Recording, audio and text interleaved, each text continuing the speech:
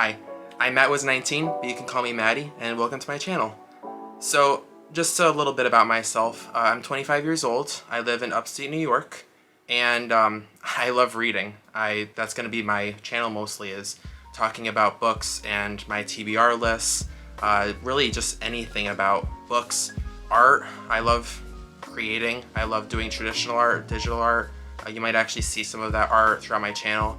Actually, the very first video on my channel is a speed draw of a succulent picture that I had taken over in Pennsylvania.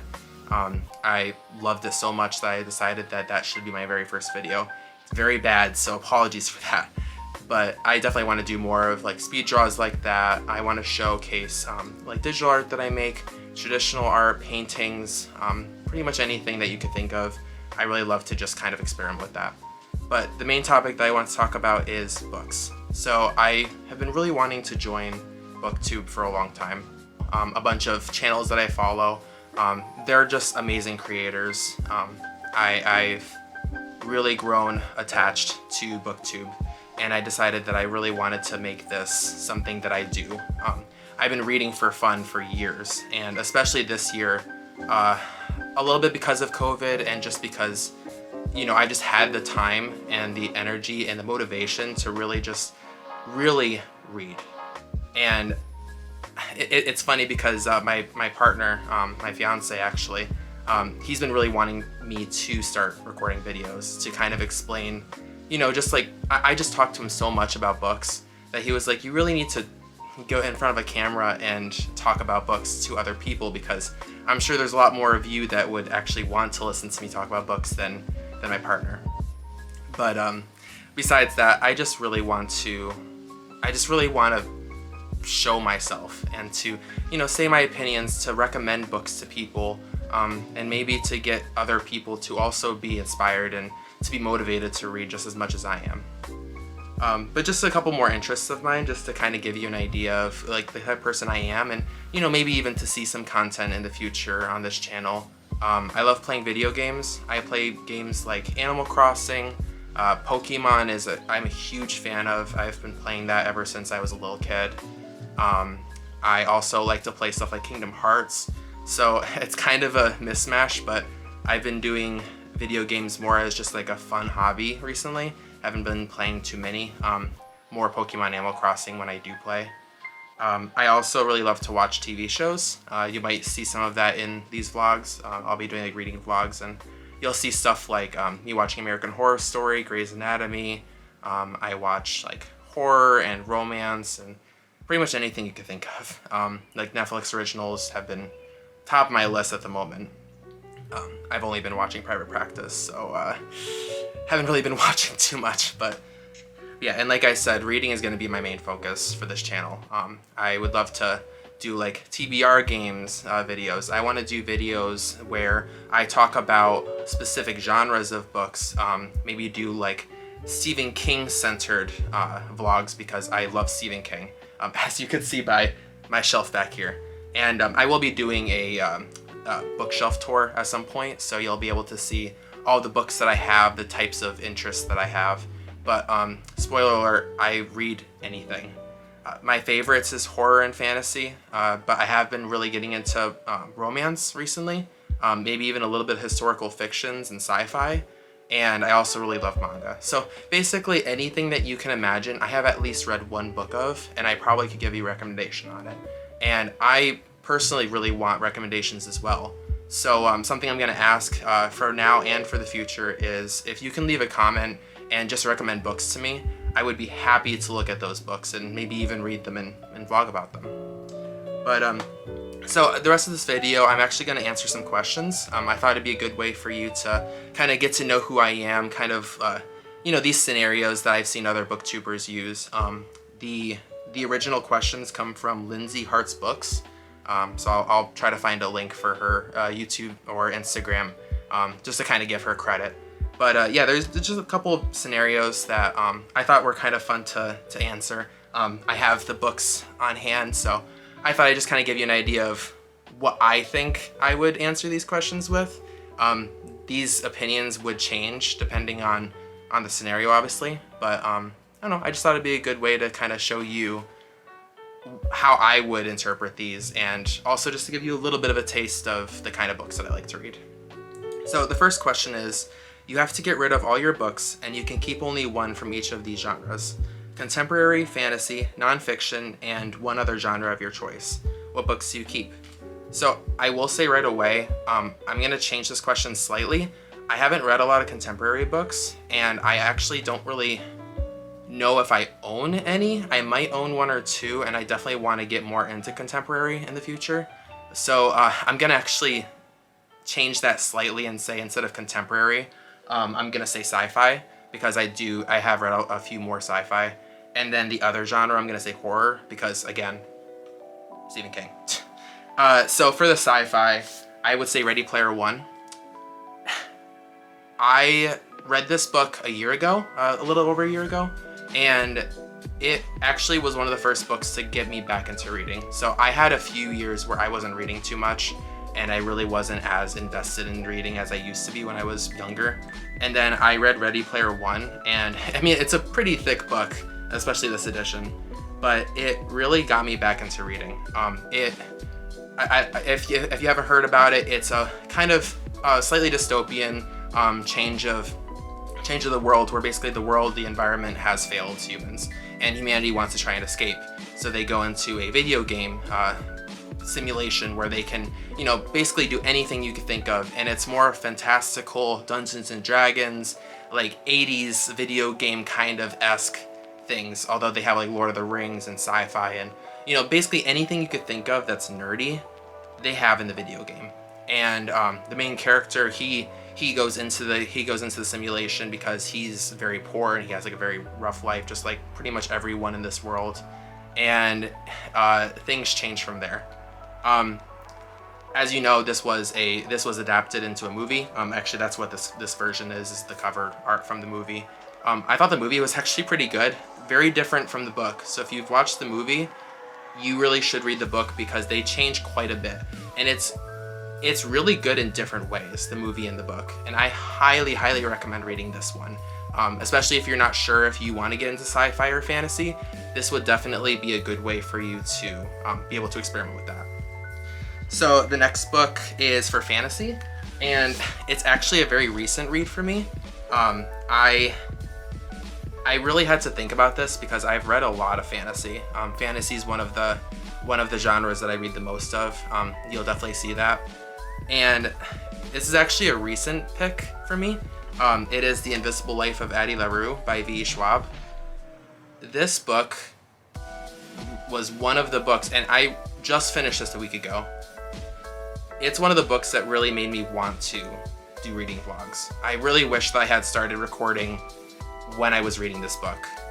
It was just so interesting to read. It goes to history, 300 years of history of this girl, Addie, who basically makes a deal with a shadow-like god, and she wants to be free, but that freedom comes with a cost, as most deals do. And so she lives through 300 years of life, and she sees stuff like the Revolutionary War in France, the Revolution.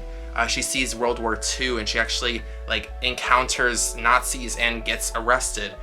There's so much that you experience through her viewpoint, and kind of just seeing how she goes through life without anyone remembering her.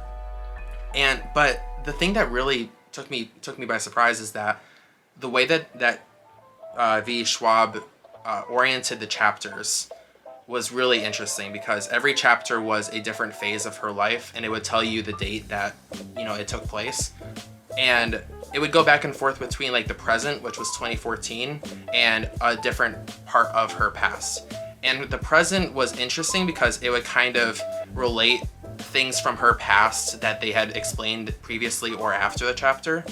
And the present, she just kind of going through life in New York City, but she meets a guy, and the guy remembers her. And it goes from there, and I could not put this book down. I finished it in 2 days. I haven't done that with a lot of books. I've been getting a lot better with reading faster, but you need to read this. It is a fantasy book that draws you in, and you will not be able to put it down. V. Schwab is quickly becoming one of my favorite authors, and I highly recommend this book. Okay, so for nonfiction, I actually haven't read a lot of nonfiction books, but the nonfiction book that I would recommend, because it meant a lot more to me, is Over the Top. Jonathan Van Ness, if you don't know who he is, he's from Queer Eye. He is the specialist for hair and makeup. I knew a little bit about his background through the show, but reading this book, he goes through his life. He goes through important moments from his past and how it has shaped who he is and why he joined Queer Eye and why he is the way he is. And it really motivated me. It was one of the first books I read this year. And I was actually surprised for this from Christmas, I believe. My fiance had bought this for me. It was so good. I have not read many nonfiction, like I said, and just the way that he wrote, and he's not a writer, mind you, but the way he wrote his past and took you through his life and kind of used his mannerisms in the writing was just so compelling, and I could not put it down also because it really motivates you. If you've gone through a tough time in your life, if you're LGBTQ like he is, like I am, if you've just, even if you're not, if you've just had a really hard life, if you've had a really hard struggle, even if you've had one moment where you're just wishing that things were different, you would relate to what he went through. And it was really hard at moments to read some of the things that he says, but it was only hard because it really made you think about, like, if I was in that place, if I was going through what he went through, would I have been able to make it? Would I have been able to get through it like he did? I really recommend this book. I wish he had written more books because of just how well it was written.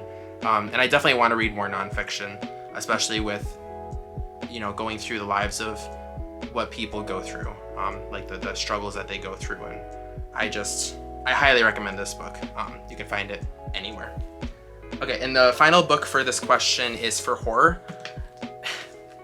So, spoiler alert, it's Stephen King. I've read a few other authors for horror, but Stephen King is just by far, it's the one that, it's the name that everyone hears. Everyone says Stephen King when they hear horror. But for me, you're gonna quickly realize that Stephen King is my all-time favorite author. I have every single book that he's ever written. I don't have some of the novellas that he has that's ebooks. I am going to be getting them soon. But I have every single book that he's ever written. And there's one book in particular that it's not just the story that means a lot to me, but it's the time that I was reading it. It's the fact that it's one of the first very large books that I've ever read. There's a lot to this book specifically that means the world to me. And that is Under the Dome. As you can see, it is very beat up, very old. It is the first edition of this book. I've actually recently seen this on the shelves at a Barnes & Noble and I was very surprised. I almost bought it only because I wanted to have a pristine version of this book. But this book means a lot to me. It had a very interesting story. I can go into detail about this book more in a future video because it really does mean a lot to me. But just like the history of how Stephen King wrote this book, the story itself, obviously, the fact that it's a huge book, and I read this when I was in high school.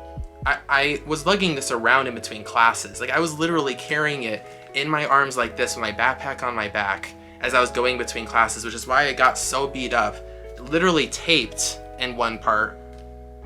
And it just means the world to me. I don't think I'll ever own a book that I will appreciate as much as this one. So, besides that, even the story is just really captivating. I just highly recommend it.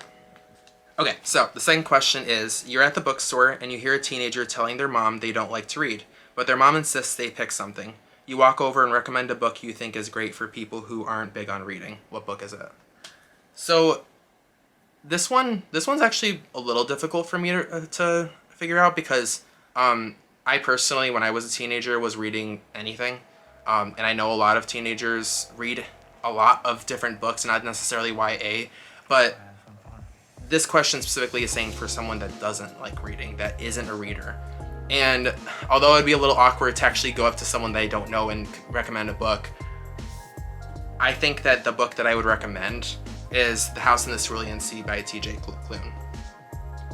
This book I actually read about a month or two ago. I haven't read any other T.J. Klune books except this one so far, and I'm definitely going to read more of his books because he writes so well.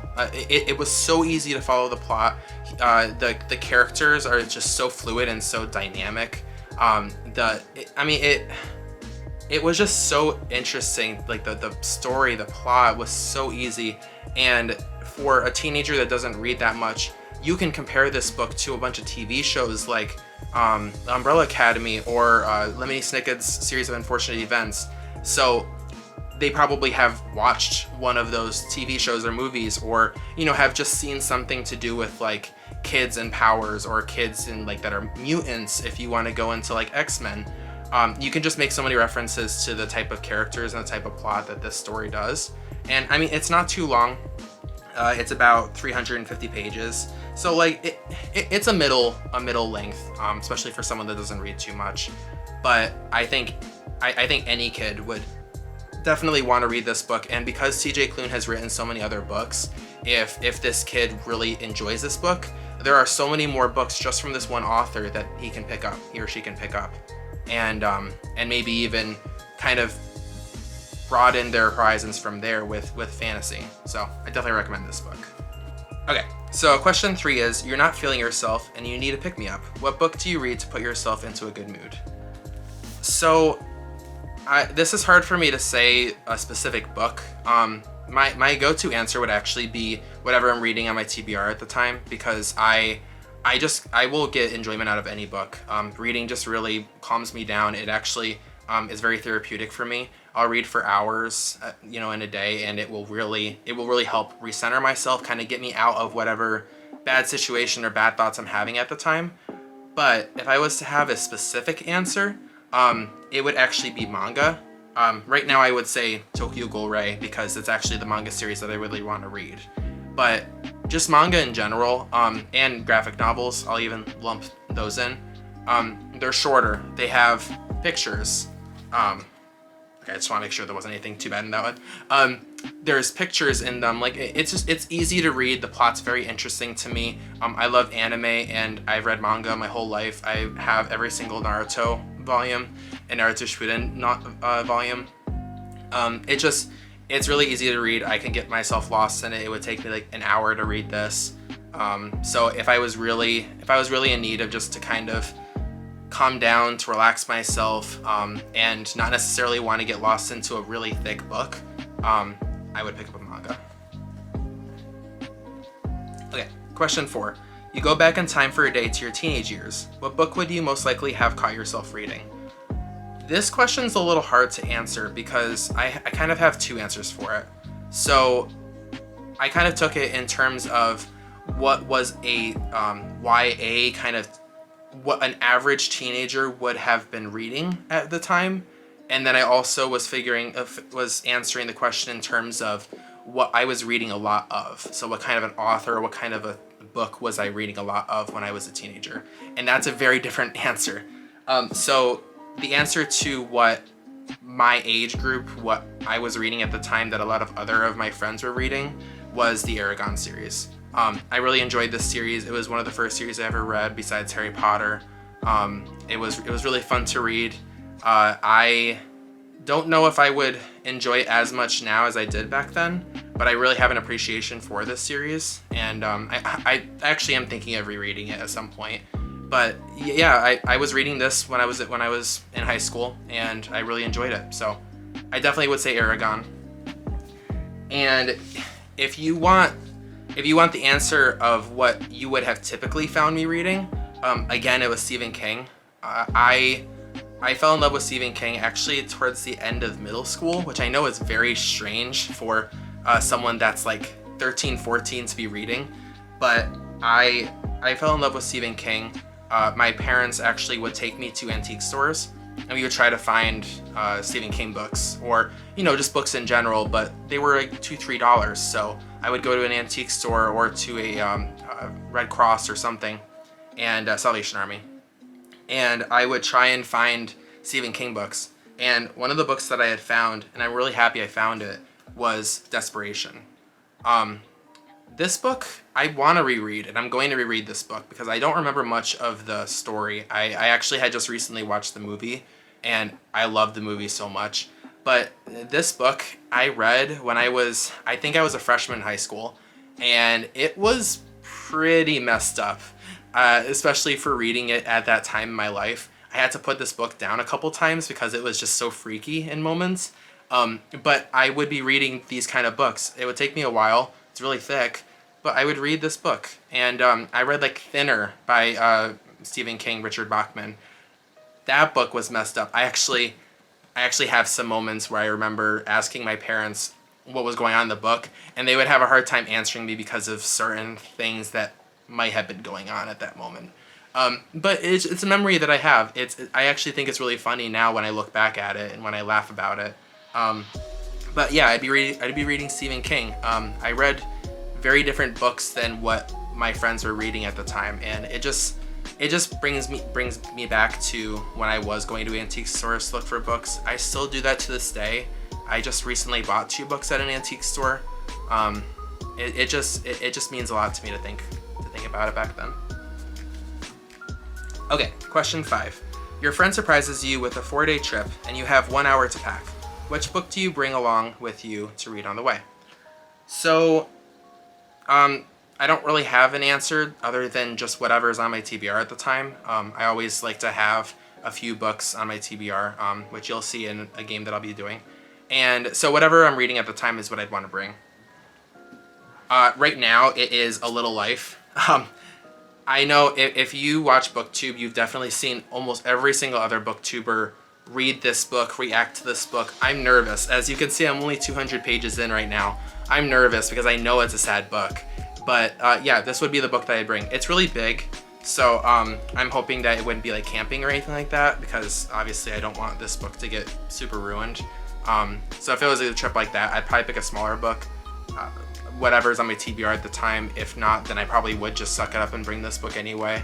If I was towards the end of the book, I would just bring whatever is next on my TBR, or I just wouldn't bring a book, just because I personally can't read in the car. I get really motion sick, so I probably wouldn't be reading much anyway on the trip. I'd probably just spend time with my friends. But if I was to spend some time reading, it'd be whatever's on my TBR. Okay, question 6. Your house has been robbed. Don't worry, everyone is safe, but your bookshelf has been robbed. What's the book you really hope is safe? So I really wanted to change this question because I just can't imagine someone robbing a house and stealing all of your books. I'm just picturing someone taking, I have like over 600 books. You don't even see all of them in this picture. But I'm just laughing at the thought of someone taking hours to pick up books and take them with them. I was actually gonna change it to maybe like your house caught on fire, your basement flooded, and that's where, you know, this isn't my basement, but like, you know, a scenario like that where they're damaged or ruined. But I just thought it was funny to think like, oh, a robber taking your books. But regardless, it's an easy answer. I already said the book. It's Under the Dome, specifically this edition. I won't ever be able to leave this book. It is very sentimental to me. So this is the book. And then final question is, your friend borrows a book and returns it in awful condition. Do you A, pretend you haven't noticed, B, ask them to repurchase it, or C, do the same thing to one of their books? Okay, so first off, option C is not an option. I would never intentionally ruin someone else's book just because they hurt my book. Like, I can't dog-ear pages. I don't rip pages whatsoever. If I get like water stains or something on a book, that's fine. I have a lot of used books, as you can see, from antique stores, so like I'm okay with books being ruined. If I really cared about the book that I let someone borrow, I would hope that they would buy me a new one. If it's something that isn't sold anymore, like, well, I would say Under the Dome, but you obviously saw that one's already pretty damaged. But if it's a book specifically that like a cover I really appreciated and they don't sell that anymore, I'd be pretty upset. I probably wouldn't even let them borrow it, to be honest, unless they like read it in the house. But other than that, yeah, of course I'll let people borrow my books. If they damage it, it's fine, really. Not unless they like completely rip out pages, and I don't think I have friends that would do that. So if they do it, it's fine. I won't make a big deal about it. I'll be sad and probably not let them borrow the books anymore, but that's fine. Okay, so yeah, that's it. Those are some answers to some questions. I'm hoping that the books that I answer those questions to kind of give you a little bit of an idea of the type of reader that I am. Like I've said before, I read every type of book that you could think of. I didn't even mention romance books. I've been getting more into those recently. Historical fictions, space operas. Like, I read everything that you could think of, and I'm hoping to kind of show that when I'm doing reading vlogs with you, or book recommendations, haul videos, like anything you could think of, I probably have read and will recommend. But I strongly ask that you recommend books to me. I have a huge wish list of books that I want to get, but I will always ask for more. So if you would like to leave a comment at the end of the video to kind of just recommend a book to me, to just, you know, talk to me. I would love to just talk to you, to kind of just build a community. Because that's really what I want from this channel, is to build a community, to get really close to all of you, and to just talk about books, talk about my love of books, your love of books, hopefully. And I'm just really excited to get my journey started on the channel. So I just thought I would end off the video with a dad joke. I really, Noelle Gallagher on YouTube, she does dad jokes at the beginning of her channel, and I really want to do that also. So thank you, Noelle, for giving me the idea. I hope you're not upset with me for doing that, but I have this cute little dad joke book that I bought just yesterday, and I thought I would say a joke now, and I'll be doing this probably at the beginning of every video as well. So here we go. Which month do soldiers hate most? The month of March. It's bad.